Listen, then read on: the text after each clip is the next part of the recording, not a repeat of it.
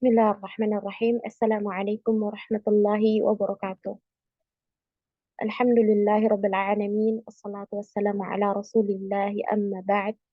Allahumma innana nas'aluka ilman nafi'an wa na'udzu bika min ilmin la yanfa'. Allahumma 'allimna ma yanfa'una wanfa'na bima 'allamtana wa zidna ilma ya rabbal alamin. Hayyakumullah teman-teman sekalian.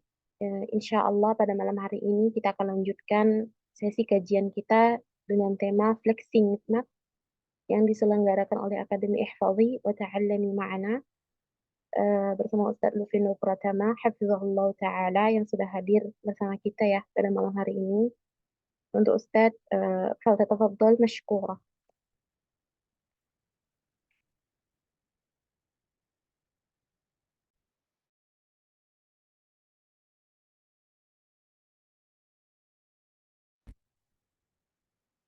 Suaranya jelas ya. Coba lagi Ustadz, kayaknya suaranya nggak putus-putus nih. Bagaimana sekarang? Ya, jelas-jelas. Alhamdulillah.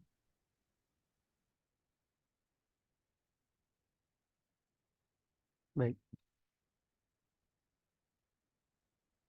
Bismillahirrahmanirrahim.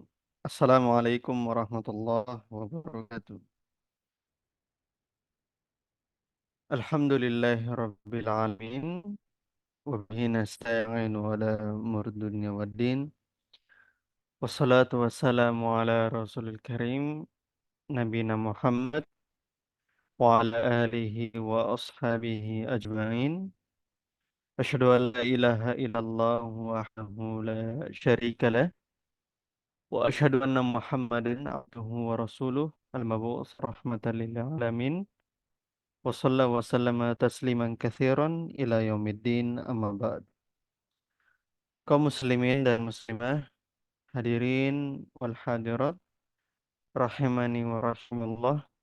Alhamdulillah, tidak ada kata yang patut kita ucapkan pertama kali selain dari bersyukur kepada Allah Subhanahu wa taala karena seluruh ketaatan-ketaatan.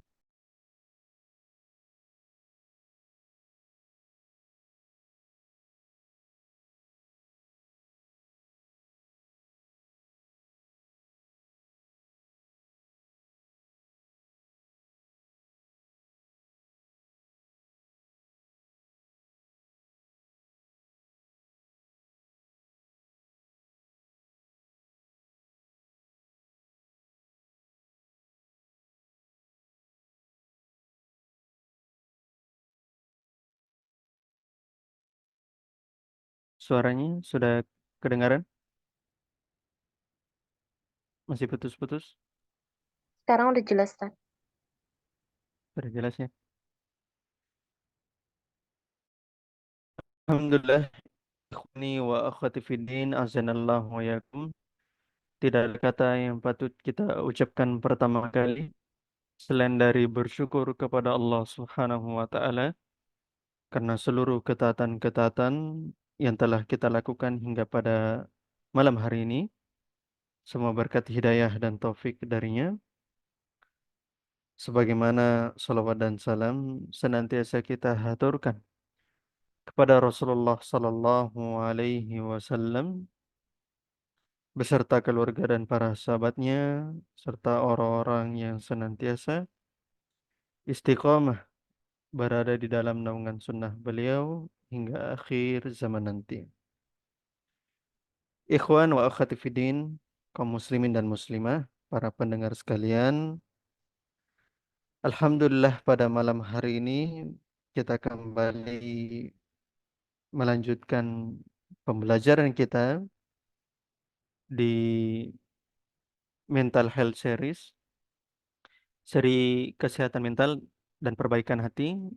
Kita akan membahas kitab, salah satu kitab yang terbaik dari ulama kita, yaitu kitab Al-Wasail Mufidah lil Hayah As-Sa'idah, karya Syekh Abdurrahman bin Nasir As-Sa'di rahimahullahu ta'ala.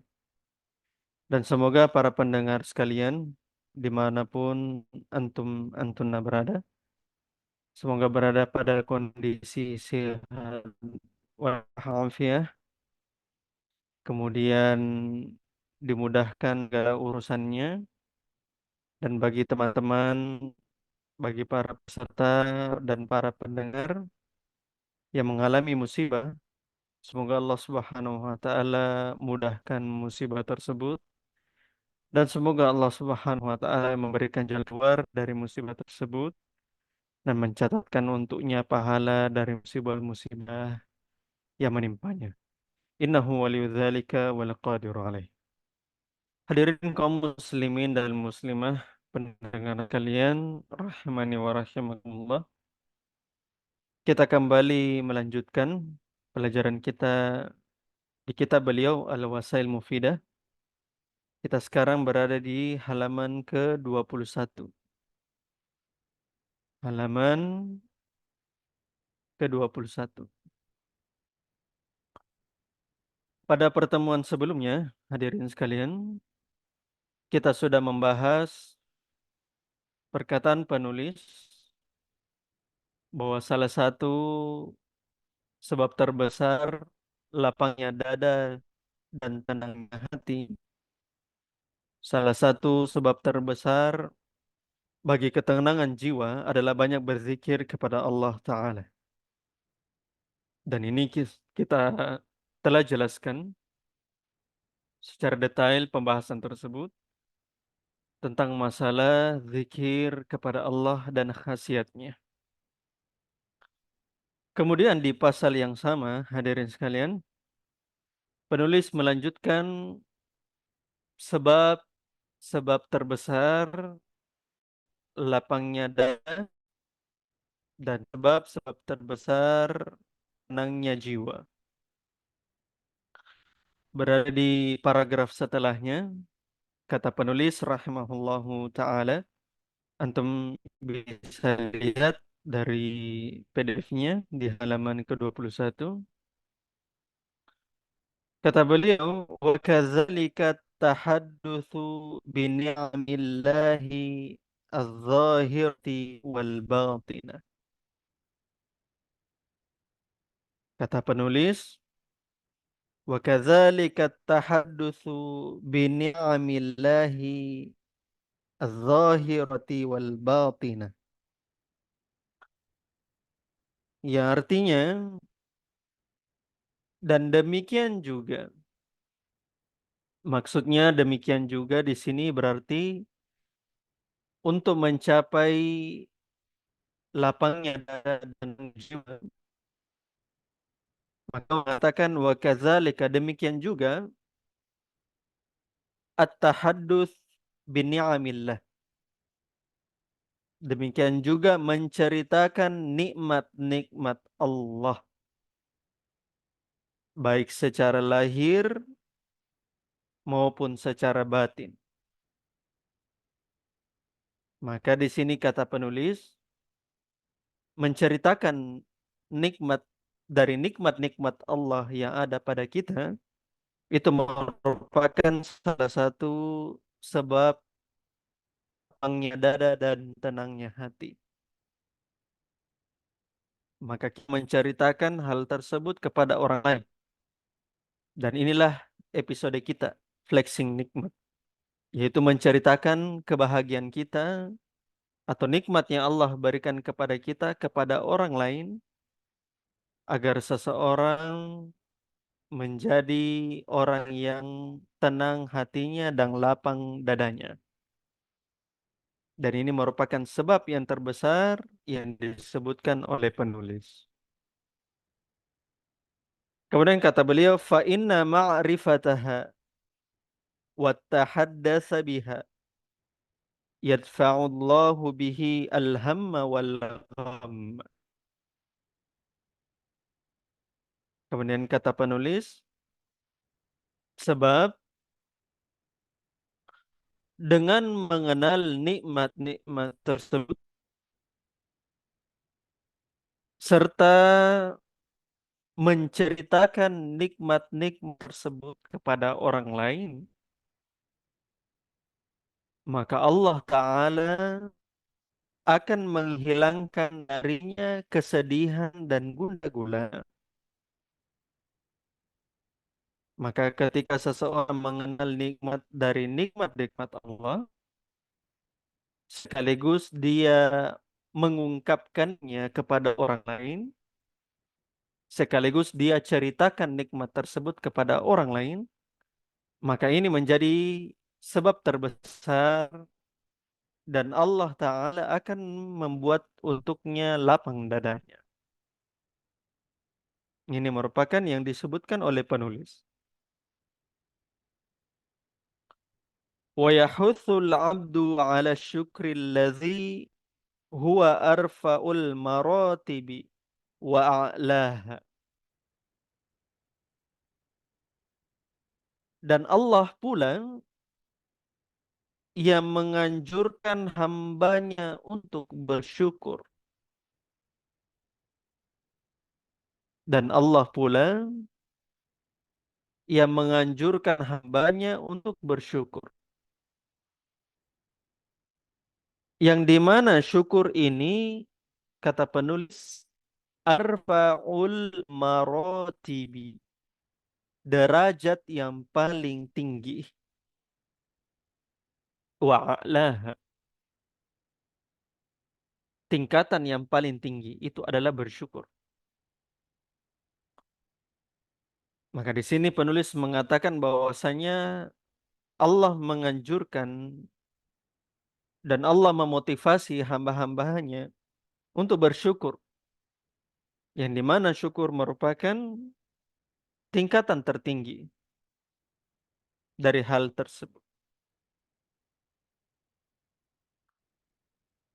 Hatta walau kana al-'abdu fi halati faqrin aw maradin aw ghairihima min anwa'il balaya, kata penulis, hingga seandainya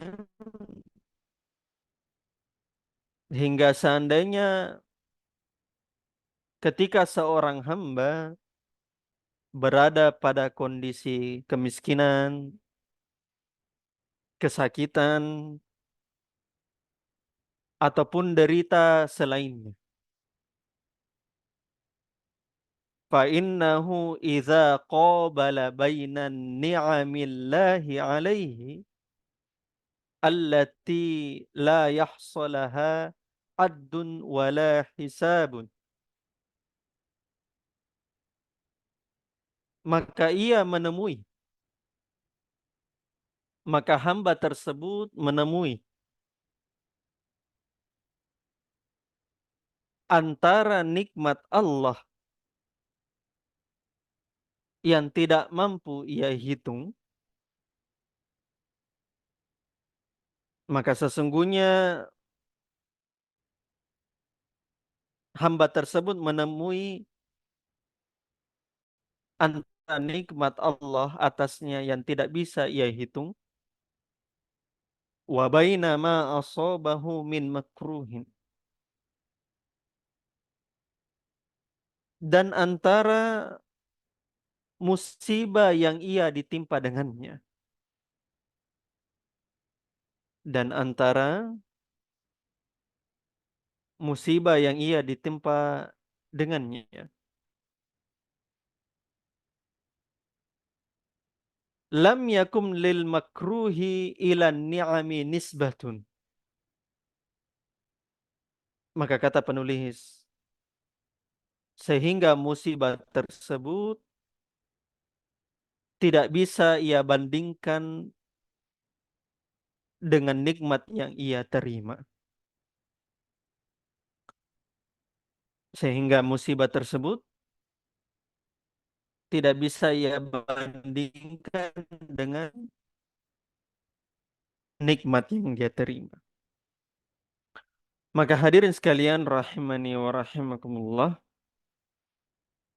ini merupakan perkataan penulis yang menjadi inti pembahasan kita pada malam hari ini.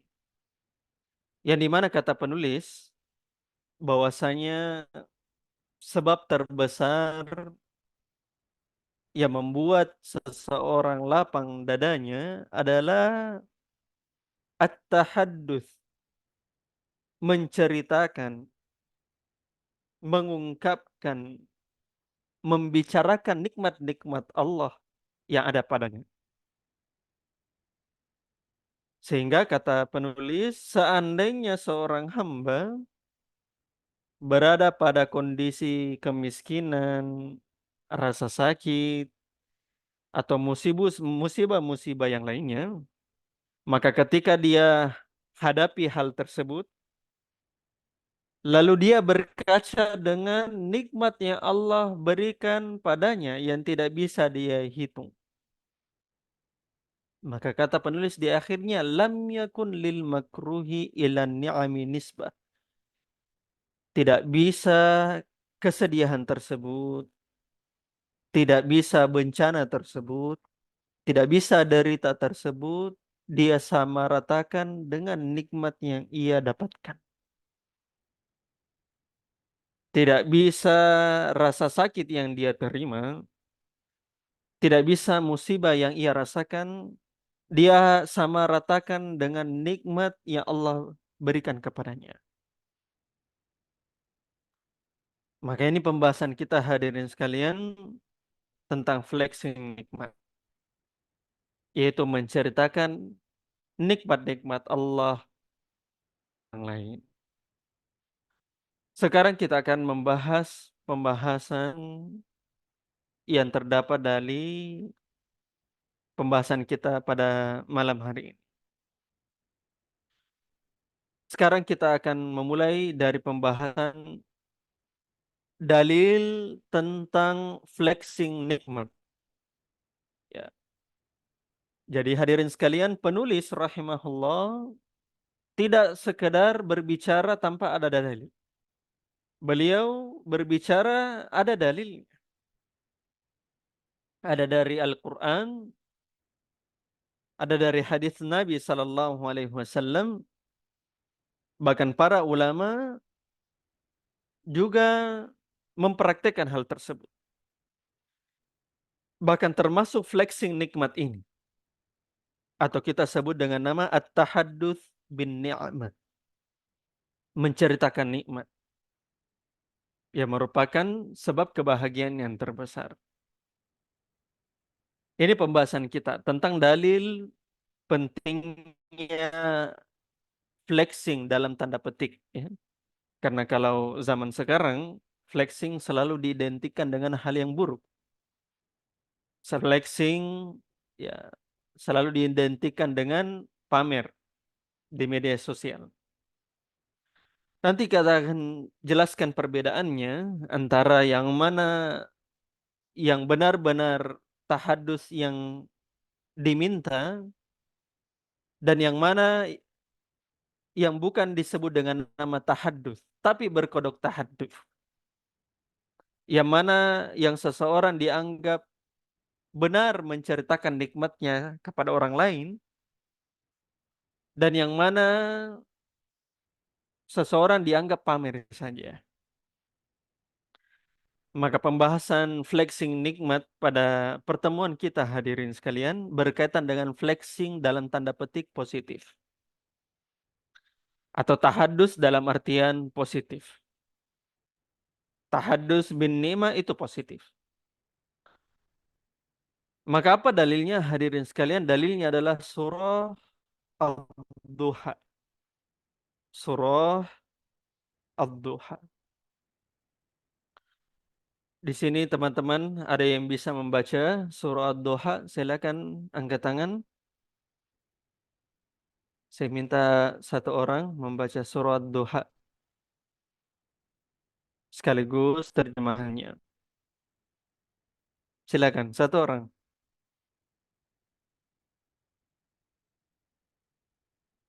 Saya minta kepada teman-teman akademi untuk mencari satu orang. Ya, Umu Cahyo bisa?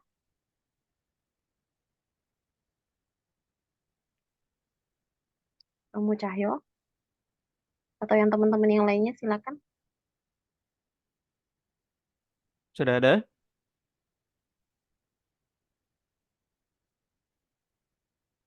Mau Mbak Jihan.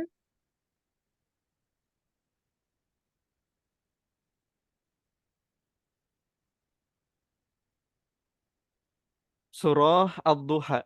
Surah singkatnya. Silakan.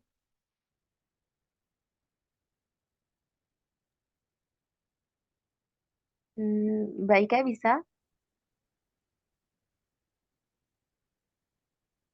Nah, nah Ustazah, apa? Jadi gimana? Silakan baca surah Ad-Duha ya sama artinya. Ad-Duha. Eh, Ad-Duha ayat ayat berapa? Dari pertama ya Ya, dari tadi. awalnya. Dari awal Ya, sampai selesai ya Ustaz? sampai akhir. Ya. Oh, baik Ustaz. A'udzu billahi minasyaitonir rajim. Bismillahirrahmanirrahim. Wadduha والليل إذا سجى ما ودعك ربك وما قلى وللآخرة خير لك من الأولى ولسوف يعطيك ربك فترضى ألم يجدك يتيما فآوى ووجدك ضالا فهدى ووجدك عائلا فأغنى فأما اليتيم فلا تقهر وأما السائل فلا تنهر وأما بنعمة ربك فحدث. Demi waktu duha ketika matahari naik sepenggala dan demi malam apabila telah sunyi, Tuhanmu tidak meninggalkan engkau Muhammad dan tidak pula membencimu. Dan sungguh yang kemudian itu lebih baik bagimu daripada yang permulaan. Dan sungguh kelak Tuhanmu pasti memberikan karunia-Nya kepadamu sehingga engkau menjadi puas. Bukankah dia mendapatimu sebagai seorang yatim, lalu dia melindungimu, dan dia mendapatimu sebagai seorang yang bingung, lalu dia memberikan petunjuk, dan dia mendapatimu sebagai seorang yang kekurangan, lalu dia memberikan kecukupan. Maka terhadap anak yatim, janganlah engkau berlaku sewenang-wenang, dan terhadap orang yang meminta-minta, janganlah engkau menghadirkannya. Dan terhadap nikmat Tuhanmu, hendaklah engkau nyatakan dengan bersyukur. Ahsan. Barakallahu fiik. Hadirin sekalian, rahimani wa rahimakumullah. Di dalam surah Ad-Duha terdapat dalil di mana seseorang itu diperintahkan untuk menceritakan nikmat-nikmat yang Allah berikan kepadanya kepada orang lain. Kira-kira ayat berapa hadirin sekalian? Silakan buka mikrofonnya. Ayat berapa?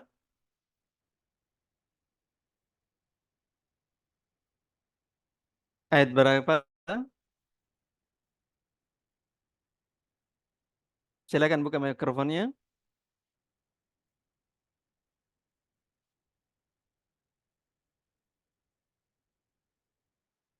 Ada yang bisa tebak? Karena soal ya Ustaz. Baik. Di dalam surah Ad-Duha terdapat ayat yang menjadi penjelasan atau perintah untuk menceritakan nikmat-nikmat yang Allah berikan kepada kita, kepada orang lain. Ayat apa tersebut? Apa bunyinya? Apa bunyi ayat tersebut? Wa amma bi ni'mati Wa rabbika amma bini'mati rabbika fahaddits. fahaddits. Ahsan. Kata Allah Subhanahu wa taala kepada Nabi Muhammad, dan adapun terhadap nikmat Tuhanmu, wahai Muhammad, fahadits, maka ceritakanlah. Maka dalil ini hadirin sekalian menjadi dalil bahwasanya seseorang itu diperintahkan untuk menceritakan nikmatnya kepada orang lain. Dan ini pembahasan kita pada malam hari ini itu flexing nikmat. Sampai dikatakan, saya sudah kutip di chat ya, dikutip oleh Imam At-Tabari dalam tafsirnya dari Abu Nadrah. Abu Nadrah, beliau merupakan sahabat. Kata Abu Nadrah radhiyallahu taala anhu, nama aslinya Al-Munzir bin Malik. Kata beliau, "Kana al-muslimuna yarawna anna min syukrin ni'ami ayyuhaddatsa biha." Kata Abu Nadrah, bahwasanya orang-orang muslim. Jadi orang-orang muslim yang dimaksud itu adalah para sahabat karena beliau adalah sahabat. Maka kata Abu Nadrah bahwasanya orang-orang muslim terdahulu mereka beranggapan, mereka berpendapat bahwasanya termasuk bentuk bersyukur adalah menceritakan nikmat-nikmat tersebut. Maka salah satu bentuk bersyukur adalah menceritakan nikmat-nikmat tersebut. Maka ini yang kadang-kadang terluput dari kita. Kemudian saya kutip lagi asar dari Imam Al-Hasan bin Ali dari tafsir Imam Ibnu Katsir. Kata Al-Hasan bin Ali radhiyallahu taala anhuma tentang tahadduts bin ni'mah, menceritakan nikmat. Ma amilta min khairin fahaddits ikhwanak. Kata Al-Hasan bin Ali, apapun kebaikan yang kamu sudah lakukan, fahaddits ikhwanak, maka ceritakan kepada saudaramu. Nah, ini bukan kata saya, ini kata Al-Hasan bin Ali. Kata sahabat, cucu Nabi Sallallahu Alaihi Wasallam. Maka ini bagaimana perintah dari Al-Quran, kemudian asar dari para sahabat, tentang anjuran untuk menceritakan nikmat-nikmat kepada orang lain. Dan termasuk dari bentuk membuat seseorang lega hatinya, tenang pikirannya adalah dia ceritakan nikmat tersebut kepada orang lain. Dia ceritakan keberhasilannya dan dia ceritakan kesuksesannya kepada orang lain. Dan ini yang akan kita bahas di pembahasan berikutnya. Sekarang pembahasan berikutnya hadirin sekalian. Poin berikutnya yang kita bahas adalah jenis tahadduts. Jenis tahadduts. Karena kita sudah mendapatkan dalil atau perintah dan anjuran untuk menceritakan nikmat atau ta'addus bin ni'mah, maka pembahasan kita pada sekarang, yaitu pembahasan kedua, adalah jenis dari tahadduts tersebut.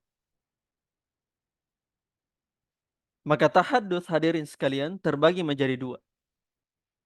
Berdasarkan perkataan Syekh Salih Al-Utsaimin. Beliau kutip dari Imam Al-Munawi dalam Faidul Qadir. Kata beliau, tahadduts menceritakan nikmat itu ada dua macam. Yang pertama adalah tahadduts mutlak.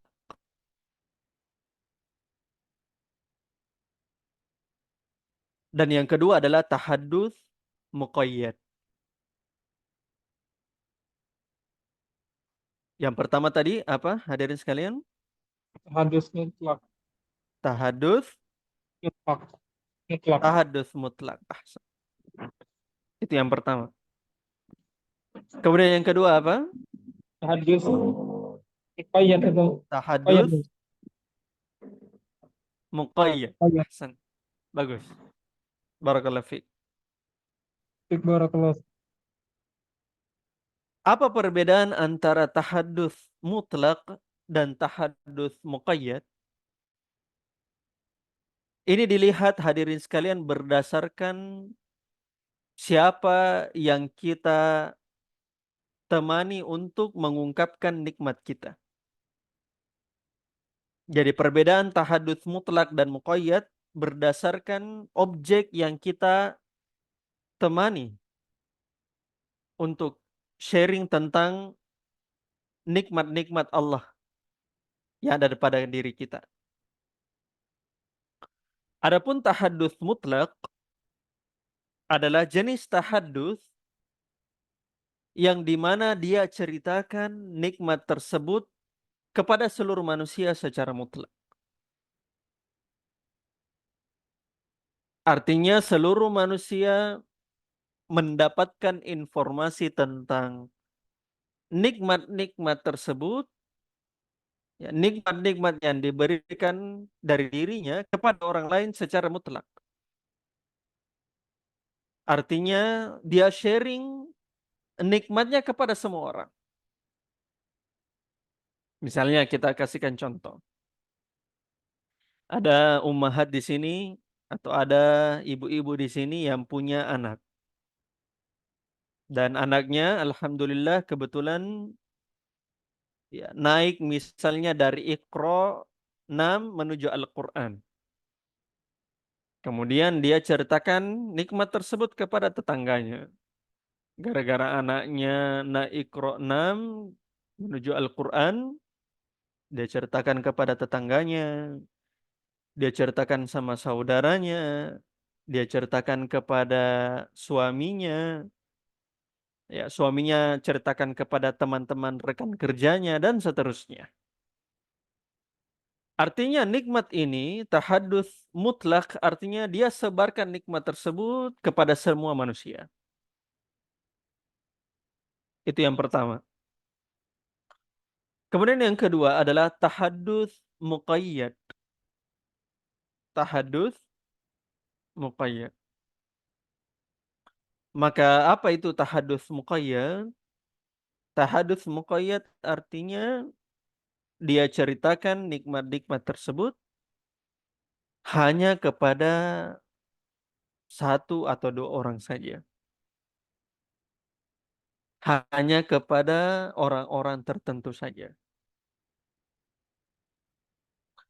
Kalau tahadus mutlak tadi hadirin sekalian kepada siapa?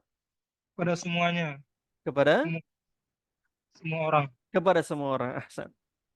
Sedangkan tahadus muqayyad kepada siapa? orang-orang yang khusus, Orang khusus. sebagian Ahsan. Barakallahu fiik. Orang khusus. tipe Satu orang. atau dua orang. Satu atau dua orang saja. Maka kenapa bisa ada pembagian ini hadirin sekalian?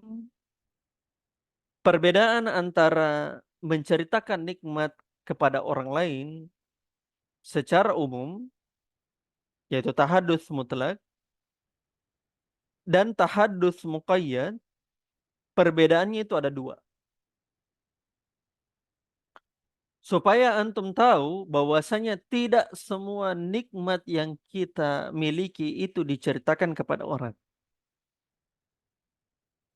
Jangan sampai antum beranggapan bahwa semua nikmat itu kita tahadus, kita ceritakan. Tidak. Perbedaannya yang pertama adalah mempertimbangkan maslahah. Jika ada kebaikan. Maka ketika seseorang memiliki nikmat, misalnya saya diberikan nikmat misalnya apa dapat menyelesaikan juz 30. Dapat menghafal surah An-Naba sampai surah An-Nas.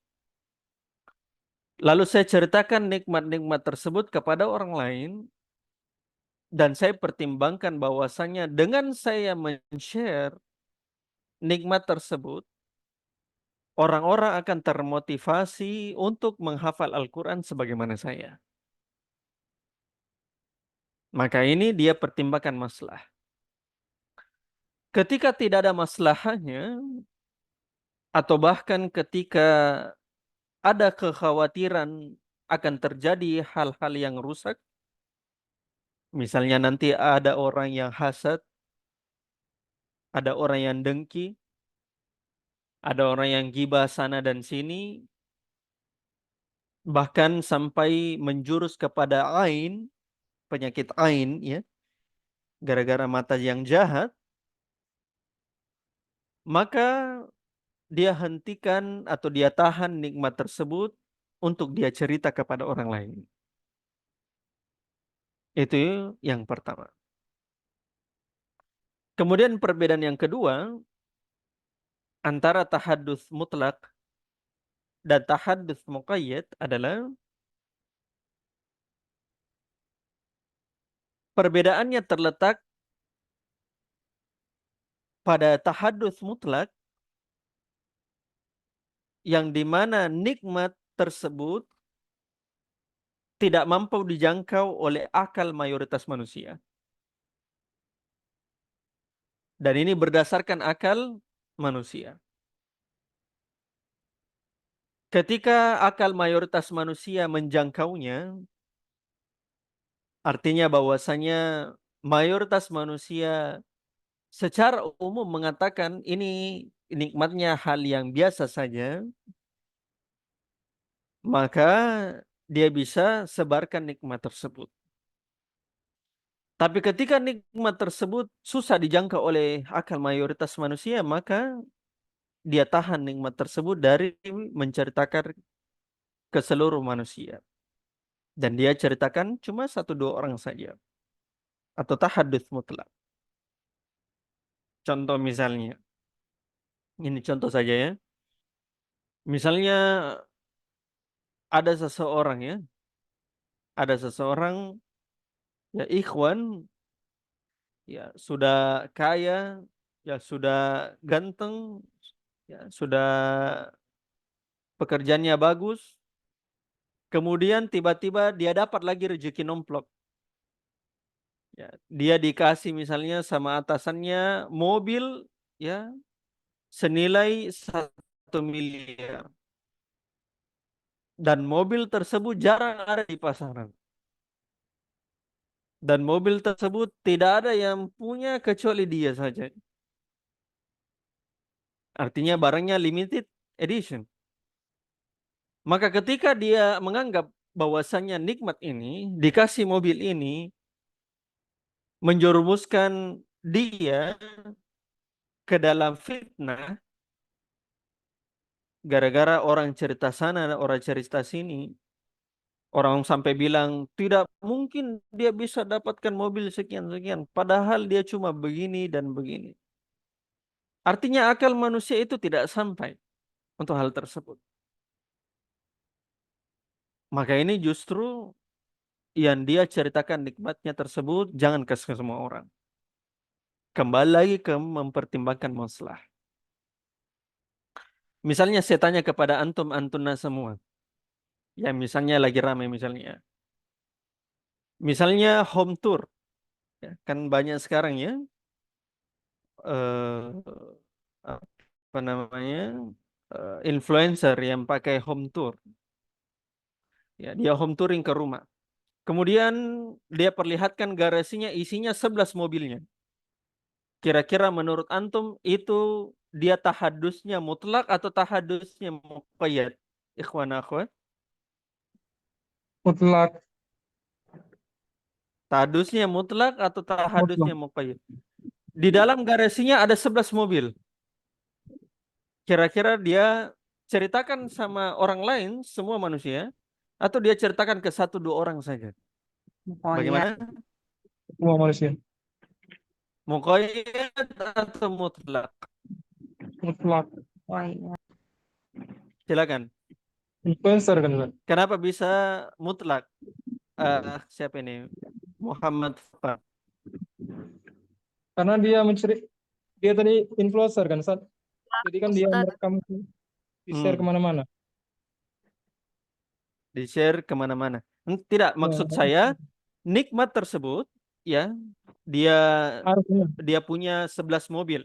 Kira-kira dia ceritakan nikmatnya ini secara mutlak atau muqayyad? Harusnya Pokoknya secara mukoyat. Harusnya secara Apa? mukoyat. Harusnya secara mukoyat. Kalau mutlak bahaya. Harusnya secara Mukoyat. muqayyad. Coba saya minta Echa, Ummu Ghalia. Bagaimana? mukoyat Ustaz. Kenapa bisa? Ya kalau diciptakan ke semua orang ya bisa jadi timbul hasad ya, malah nanti banyak negatifnya. Allah alam. San. Bagus. Sekarang saya minta Haifa Nafisa. Kira-kira menurut anti, Haifa, itu mutlak atau muqayyad yang bagusnya?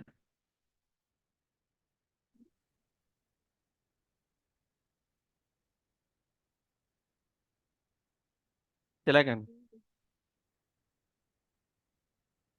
Haifa Nafisa, silakan.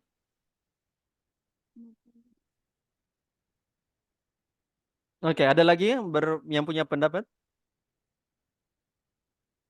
Ada lagi yang punya pendapat?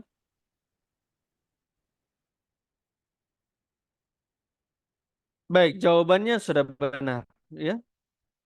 Sebisa mungkin dia ceritakan nikmat tersebut terbatas atau dia muqayyadkan tahadutsnya.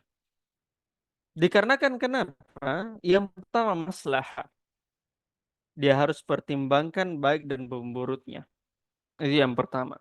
Kemudian yang kedua, kira-kira menurut antum antuna 11 mobil dalam satu garasi yang dimiliki oleh orang, kira-kira bisa jadi jangkau manusia atau tidak akalnya? Bisa Tidak. tidak? Tidak. Enggak. Tidak bisa. Ahsan. Ya, itu sudah di luar dari jangkauan akal kita. Ya. 11 mobil dalam satu garasi berarti orangnya sudah kayanya luar biasa. Maka ini juga sekalian pelajaran untuk kita hadirin sekalian bahwasanya tidak semua itu harus dirunturkan. Tidak semua itu harus unboxing di depan umum. Tidak semua harus dibuka di depan umum. Ya, mungkin antum punya kenalan influencer atau antuna influencer, tidak semua hal bisa dibuka di depan umum. Sampai kata Syekh Soleh Al-Utsaimin sampai masalah ilmu sekalipun. Tidak seluruh ilmu itu bisa dibuka di depan umum. Dibuka di depan khalayak ramai. Ini ilmu agama. Ya. Padahal ilmu agama itu ya kita tahu bagaimana keutamaannya. Tapi tidak semua orang bisa menjangkau hal tersebut. Maka ini kita perlu perhatikan baik-baik dengan pembahasan agar kita tidak salah di dalam menceritakan nikmat tersebut. Itu pembahasan kita yang kedua, hadirin sekalian. Sekarang pembahasan kita yang terakhir.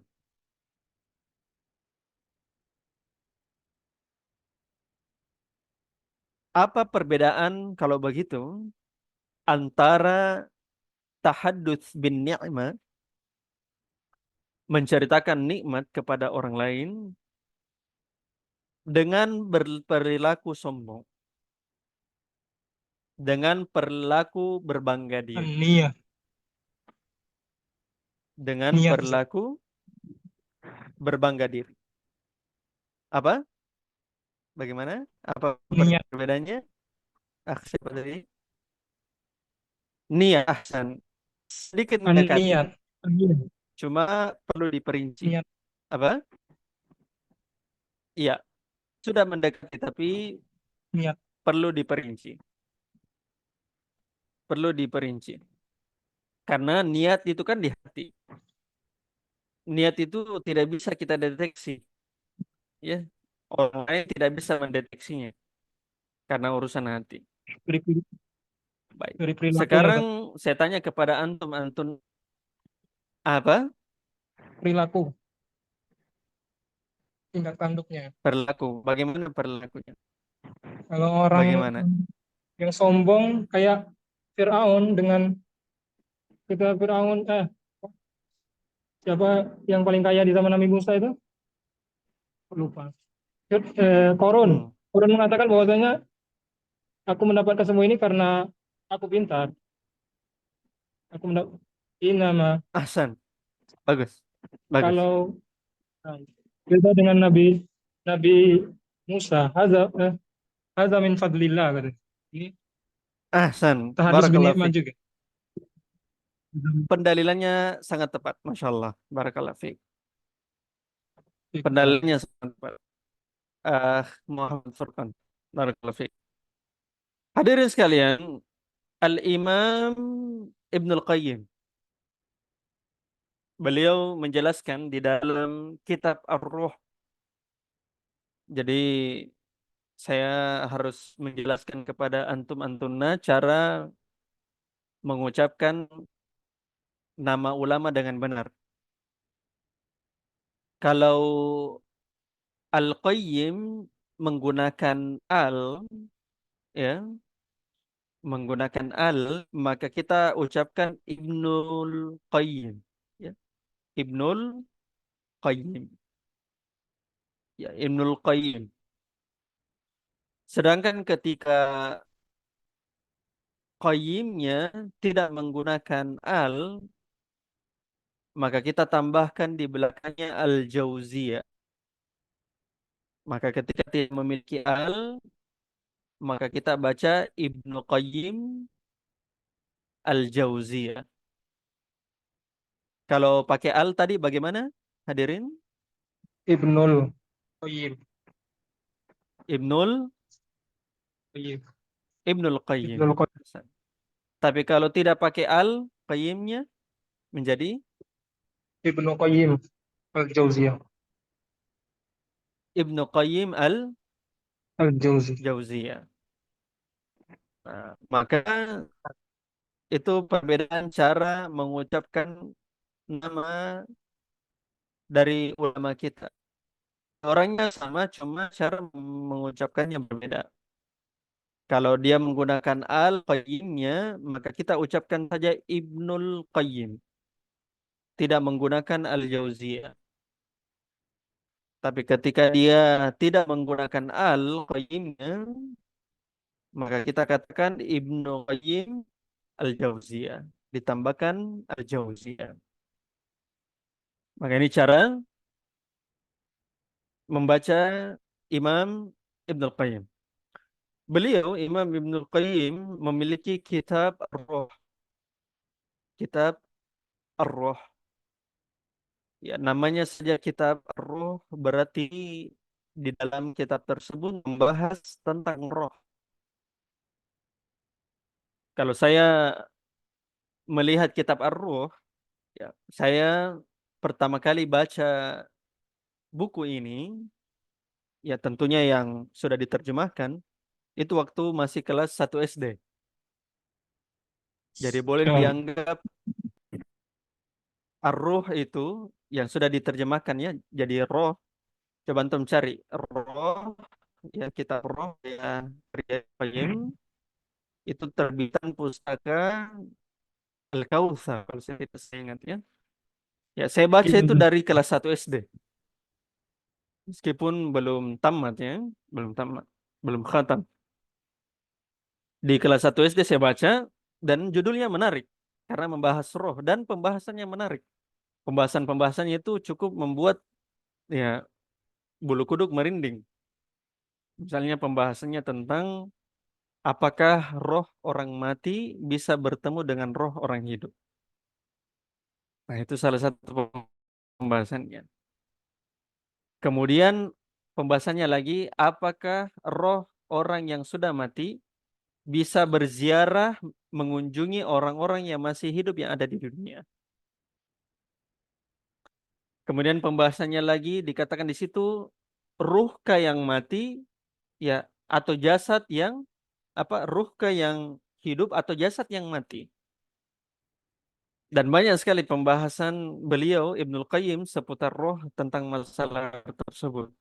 Dan beliau memberikan rinciannya yang cukup panjang lebar. Sehingga dulu waktu di rumah, si kelas 1 SD ya, 1 SD atau 2 SD waktu itu, ya saya baca itu di ruang tamu, ya sambil membayangkan bagaimana kira-kira kalau roh itu bertemu. Bagaimana kalau roh bertemu, berjumpa, dan seterusnya. Berdasarkan penjelasan Imam Ibnul Qayyim. Ini sedikit eh, apa namanya resensi kitab untuk antum. Kata beliau tentang masalah perbedaan antara tahadus dan al-fakhr, ya, menceritakan nikmat dengan kesombongan, di dalam kitab beliau Ar-Ruh, bahwasanya hadirin sekalian, tahadus, ciri-ciri dari orang yang tahadus bin ni'mah, ya, atau al-mutahaddits, orang yang mengabarkan nikmat-nikmatnya, bahwasanya ciri-ciri orang ini adalah dia kabarkan sifat-sifat Allah yang nampak kepadanya. Artinya Allah itu baik kepada saya, Allah itu merahmati saya, Allah itu memberikan saya fadilah dan seterusnya. Dia tampakkan sifat-sifat Allah. Kemudian dia tunjukkan kebaikan Allah. Dia tunjukkan sifat-sifat maha baiknya Allah. Kemudian dia tampakkan kebaikannya tersebut. Kemudian setelah itu dia syukuri pemberian nikmat-nikmat Allah. Lalu dia memuji-muji Allah Ta'ala atas pemberian nikmat tersebut. Kemudian hatinya menuntut untuk mencari ridho dari Allah Ta'ala. Sesuai dengan yang disebutkan oleh tadi ya, pendalilan dari Nabi Musa beserta nabi-nabi yang lain. Haza min fadlillah. Ini merupakan karunia dari Allah. Kemudian hatinya dia menuntut untuk mencari keridhaan hanya kepadanya. Kemudian dia cinta hanya kepadanya. Sehingga ketika dia dikasih nikmat tersebut, justru dia menjadi da'i di jalan Allah karena nikmat tersebut. Misalnya dia pergi umroh, kemudian dia ceritakan hal tersebut dan dia kabarkan tentang maha baiknya Allah Ta'ala yang memberikannya rezeki umroh. Maha baiknya Allah ketika dia menolongnya pada saat melakukan umroh atau ibadah haji. Nah, ketika dia menjadi pendakwah di jalan Allah dengan nikmat tersebut, lalu dia sebarkan di tengah manusia dan dia tampakkan. Maka ini ciri-ciri dari orang yang al-mutahadits bin ni'mah. Orang yang menceritakan nikmat-nikmat. Artinya seluruh nikmat tersebut dia kembalinya kepada Allah. Seluruh nikmat tersebut atas kebaikan-kebaikan Allah untuknya. Bukan atas dirinya. Sehingga ketika dia pahami bahwasanya Allah yang memberikan nikmat kepadanya, maka dia bersyukur, berterima kasih, memuji-muji Allah dengan setinggi-tingginya. Maka ini ciri orang yang tahadduts bi ni'matillah. Sedangkan kata Ibnul Qayyim, orang yang sombong itu hadirin sekalian adalah ciri-cirinya adalah kebanyakan berbicara di hadapan manusia. Kebanyakan berbicara di hadapan manusia. Kemudian dia tampilkan dirinya kalau dia lebih baik daripada orang lain. Dia tampilkan dirinya kalau dia lebih besar daripada orang lain. Kemudian suaranya bisa lebih tinggi dari orang lain. Sampai dikatakan Ibnul Qayyim, beliau bahasakan di sini ya, di kitab beliau ya, fayarkabu a'naqahum. Ya, orang tersebut mengendarai leher-lehernya manusia.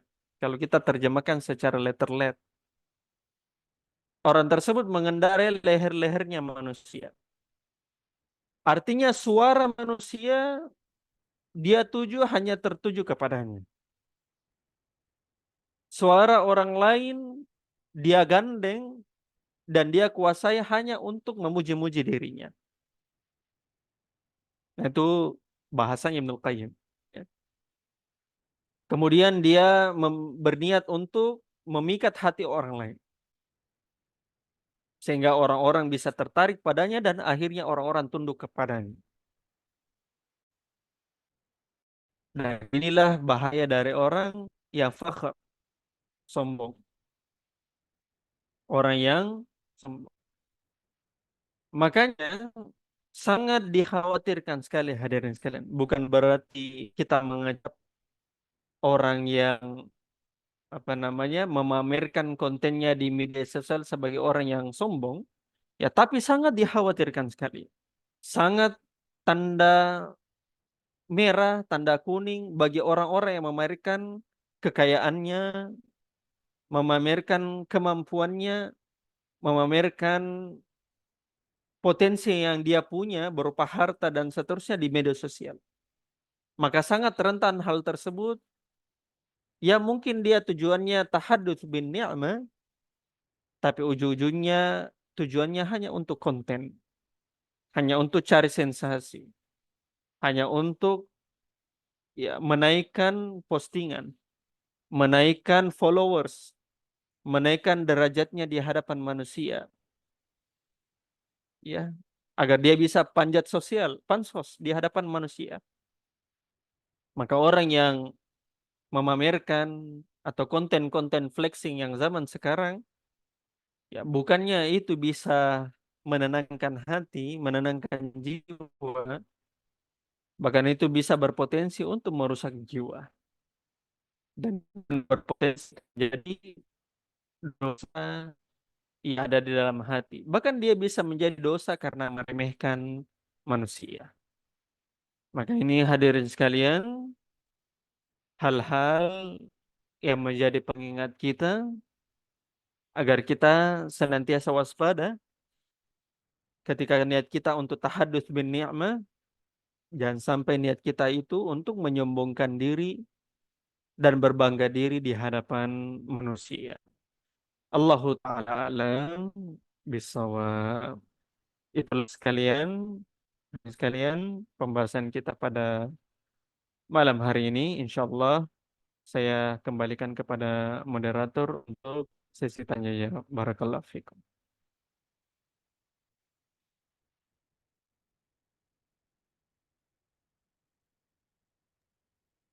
هناك مجال للأسئلة أستاذ؟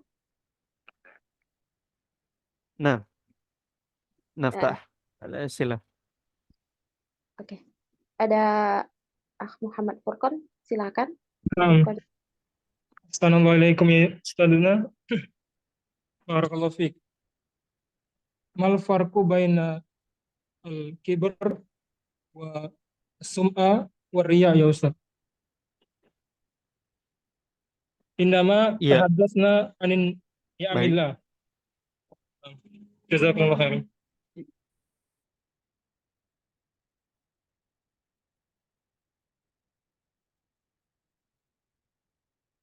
Ada lagi? Baik. Hasan. Ada lagi pertanyaan? Silakan.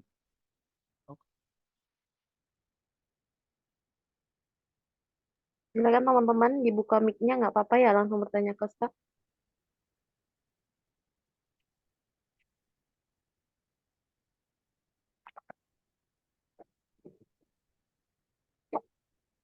Baik, kita jawab saja ya.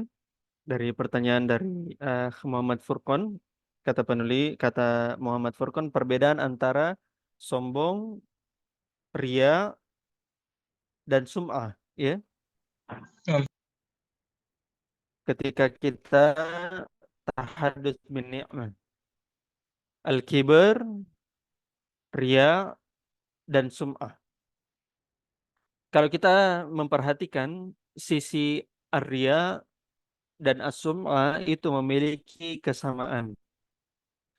Kesamaannya itu adalah dari sisi hati, yang dimana ria dan sum'ah itu merupakan dosa hati. Dosa hati. Dan itu tidak tertampak pada lisan, tidak tertampak secara mata, ria dan sum'ah. Karena ria dan sum'ah itu adalah syirik kecil. Adapun ria itu adalah seseorang yang memiliki tendensi untuk dilihat oleh orang lain. Karena nikmat yang dia punya atau keahlian yang dimilikinya. Niat atau tendensi dari orang lain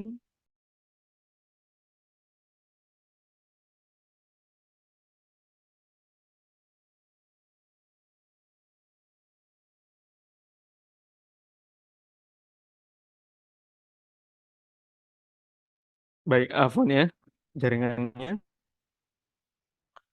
Saya ulang sekali lagi, hadirin sekalian, antara ria dan memiliki persamaan, yang mana keduanya merupakan dosa dari dosa-dosa hati. Adapun ria adalah tendensi seseorang untuk dilihat orang lain dan amalnya dengan amal solehnya. Itu adalah ria. Sedangkan sum'ah adalah tendensi seseorang untuk didengarkan karena amalan soleh yang dia miliki. Jadi antara ria dan sum'ah, perbedaannya dari segi amalan hati, satu dia ingin dilihat, yaitu ria.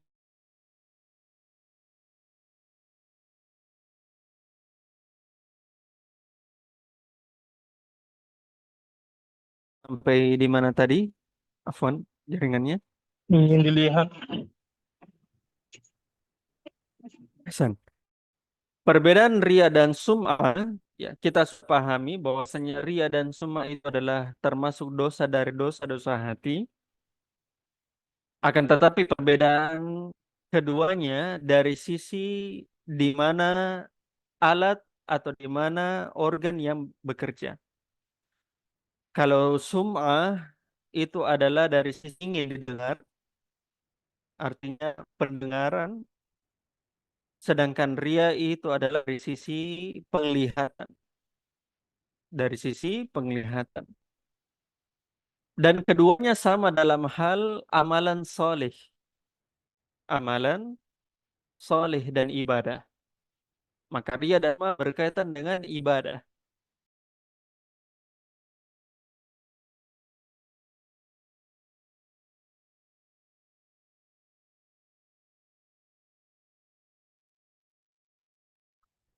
Baik. Afwan ya, jaringan agak kurang bagus. Maka hadirin sekalian, ria dan sum'ah berkaitan dengan ibadah, bukan berkaitan dengan yang lain. Bukan berkaitan dengan duniawi. Bukan berkaitan dengan duniawi.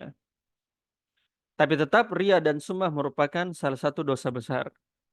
Sebagaimana kata Nabi SAW, akhwafu ma akhafu alaikum asyirku al-asghar. Hal yang paling saya takutkan di antara kalian adalah syirik kecil. Kemudian para sahabat mengatakan, apa itu ya Rasulullah? Kata Nabi SAW, yaitu ria. Yaitu seseorang ingin dilihat orang lain karena amalan solehnya. Dan ingat, ini berkaitan dengan ibadah, bukan berkaitan dengan dunia. Jadi ria dan sum'ah berkaitan dengan ibadah, bukan berkaitan dengan dunia. Itu berkaitan dengan ria dan sum'ah. Adapun kibar adalah merasa bangga dengan adanya objek orang lain. Dan pada pertemuan yang lalu, ya, beberapa pertemuan sebelumnya, saya lupa ya, kita sudah memberikan perbedaan antara wujud.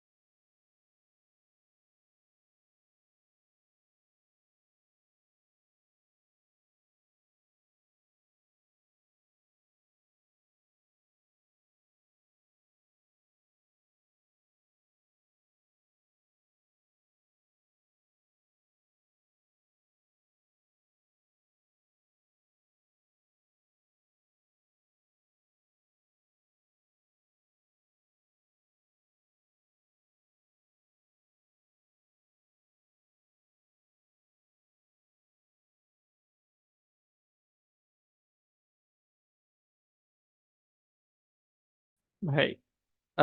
Muhammad Furqan, sudah jelas jawabannya? Nah, Ustaz, soal sani Ustaz.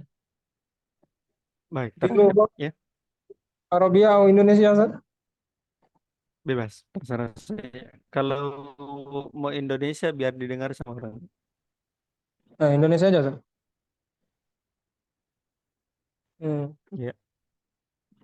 Tadi kan ada pembahasan masalah ain dan tahadus bin ni'mah. Misalkan ya, kita menceritakan atau tahadus bin ni'mat, terus orang ini kan nggak melihat ya. Kita sekedar cerita, apakah mungkin dengan pendengarannya dia hasad kita kena ain? Baik. Apakah mungkin bagi seseorang terkena ain meskipun dia tidak melihat nikmatnya tersebut? Betul tidak? Ya, ya benar. Sekedar mendengar, tiba-tiba kena ain. Sekedar mendengar nikmatnya, kemudian terkena ain, begitu. Ya, orang yang menceritakan tahadus Tidak, tadi, oh, dia cerita dengan, dia mendengar cerita begitu. bukan orang yang menceritakan ini karena ada yang hasad atau ain yang misalkan dia curhat ya, ternyata yang dicurhati ini ain atau hasad kepada dia, terus yang bercerita ini kena ainnya, terus dia sakit atau bagaimana, apakah mungkin tidak melihat tapi sekedar mendengar? Baik, kalau ain, ya baik. Kalau ain berkaitan dengan pandangan mata. Ya, Pandangan mata mata ya. mata ya. Ya, orang bisa terkena ain baik pada hartanya, baik pada apa namanya, keluarga, maunya sendiri itu karena adanya pandangan mata. Kata Nabi Shallallahu Alaihi Wasallam, al-ainu hak. Ain itu benar adanya. Ain itu nyata adanya. Maka ini adalah apa namanya, pembahasan tentang ain. Jadi ain itu melibatkan kontak mata terhadap yang ia marah terhadapnya atau yang ia jengkel terhadapnya. Sedangkan hasad, hasad tidak harus menggunakan kontak mata. Maka hasad itu hanya dari khobar orang lain, katanya si fulan begini, begini, begini. Maka itu menimbulkan hasad. Dan hasad itu termasuk dari penyakit penyakit hati. Termasuk dari penyakit hati. Sedangkan ain itu adalah efek dari penyakit hati itu sendiri. Jadi ketika ada seseorang hasad, kemudian matanya itu melihat dengan pandangan yang tidak bagus, pandangan yang hasad, sehingga itu yang berpotensi menyebabkan seseorang terkena penyakit ain. Adapun hasad itu sendiri ya tidak harus. Bahkan hanya mendengar cerita itu sudah cukup baginya dikatakan hasad tanpa harus melihatnya. Wadah, pahamnya? Nah, Ustaz, Afwan. Berarti tidak akan memudaratkan orang tersebut ya, orang yang bercerita tadi, tahadus tadi ya. Artinya yang mudarat itu orang yang hasad sendiri ya. Orang yang hasad sendiri. Tapi ketika dia ain, pandangan ain, maka ada kemungkinan orang tersebut atau orang yang dia lihat dengan pandangan yang lain, maka orang tersebut bisa terkena ya hal-hal yang berbahaya. Kecuali ketika Allah Ta'ala tidak mentakdirkannya atau dia memiliki pelindung-pelindung yang baik seperti membaca zikir pagi dan petang dan seterusnya, maka dengan hal tersebut itu bisa terbentengi. Adapun dengan hasad, maka orang yang hasad sendiri yang terkena bahayanya, ya. Karena bahaya kata Nabi Shallallahu Alaihi Wasallam, iyyakumul hasad.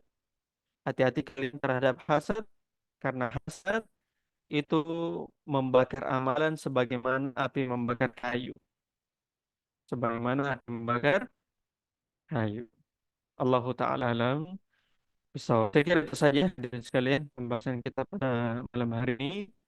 Insya Allah kita akan lanjutkan pembahasan kita di 2 pekan yang akan datang. Karena pekan kita rehat sejenak, kita akan masuk ke pekan yang akan datang di materi yang berbeda di pembahasan mufidah di acara ini.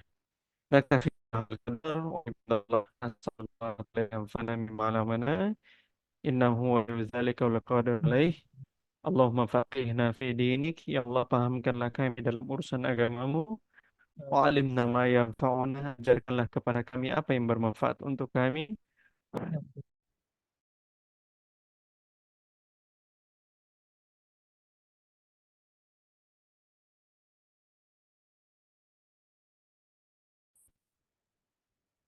Berikanlah rezeki kepada kami ikhlasan dalam berucap dan beramal.